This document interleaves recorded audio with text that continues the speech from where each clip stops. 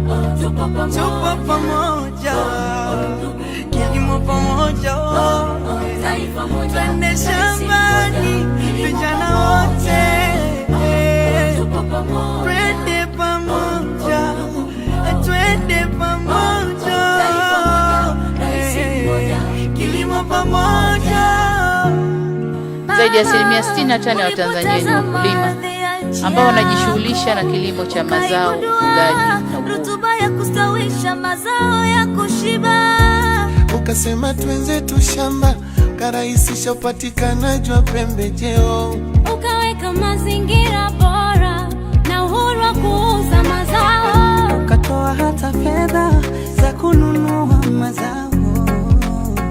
Kila kitu kiko sawa nao, tunapambana. Sasa kilimo ni maisha kwa kila Mtanzania, tunajivunia. Na kilimo ni biashara, pesa tunajipatia, tunayakidhi pia. Kilimo ni uti wa mgongo, mama ukasema twenzetu shamba. Umeboresha kilimo, tunakupongeza. Tunakupongeza. Sasa kilimo ni mchongo, tushajiongeza. Vijana njoni kwenye sekta ya kilimo.